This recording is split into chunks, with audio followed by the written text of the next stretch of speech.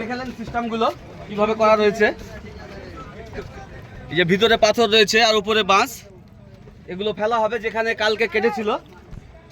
আর আজকের জন্য খুব ভালো খবর আজকে আছে, আজকে তেমন কিছু কাটেনি। আজকে কি কেটেছিল কাকা?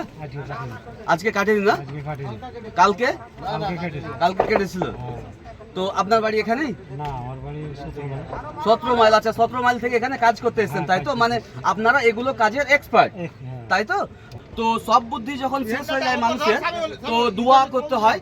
দোয়ায় অনেক শক্তি। তো আমরা মহান আল্লাহর কাছে দোয়াই চাইবো যে আমাদের রক্ষা একমাত্র উনি করবেন। আর গঙ্গা নাকি মা হয়, তো এ কেমন মা যে হাজার হাজার পরিবারকে তলিয়ে দিল। তো কথাই আছে, গিভ আপ করতে হবে না, হার মানতে হবে না। আমার বাড়ি এখান থেকে 200 মিটার। তো আমরা গঙ্গা ভবন এলাকার লোক, আমাদের অনেক সাহস, আমরা রোজ দিন সংঘর্ষ করে বাঁচি। তো এখান থেকে যে কেউ জমি জায়গা কিনতে পারবে না তেমনটাও ব্যাপার নয়। আমরা ধরেন এখান থেকে গিয়ে অনেক দামি জায়গা কিনে নিলাম, এর থেকে ভালো জায়গায় বাড়ি করে নিলাম, কিন্তু আমরা সেই প্রতিবেশী, সেই এলাকার মানুষকে পাবো না।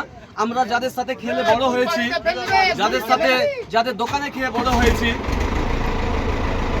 তো এখন মেশিন স্টার্ট হয়ে গেল, একটু দূরে চলো বাবু দেখি। হ্যাঁ, তো আমি যে এখানে যেটা মেন টপিক আর লজিক, নদী ভাঙনের যেটা কষ্ট মানুষের, যে এখান থেকে গিয়ে 2 কাঠা জায়গা কোথাও কেউ না কেউ নিজের গয়না বিক্রি করে, গরু ছাগল বিক্রি করে কিনে নেবে। কিন্তু দুঃখ কি হবে যে এই প্রতিবেশীগুলো আর পাওয়া যাবে না, যাদের সাথে আমরা বড় হয়েছি, একসাথে মানুষ হয়েছি।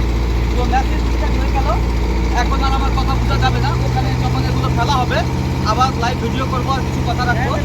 তো সকলে ভিডিওগুলো শেয়ার করবেন আর মানবতা পরিচয় দিবেন। আর যাদের সামর্থ্য আছে, নিজ সামর্থ্য অনুযায়ী এই অসহায় পরিবারগুলোর পাশে থাকবেন। কারণ ইনারা 80% জেলে মাছ মেরে খান।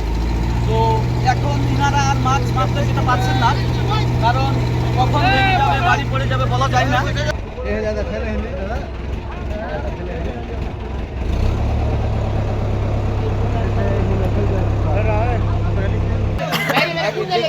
সেই জায়গাটাকে টার্গেট করে ফেলতে হবে, তাই নৌকো ভিড়াচ্ছি এখন। লোক গাতেই পায় এত কিছু ছেড়ে লগে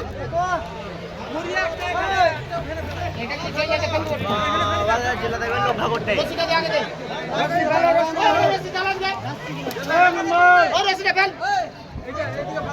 রস্তি গই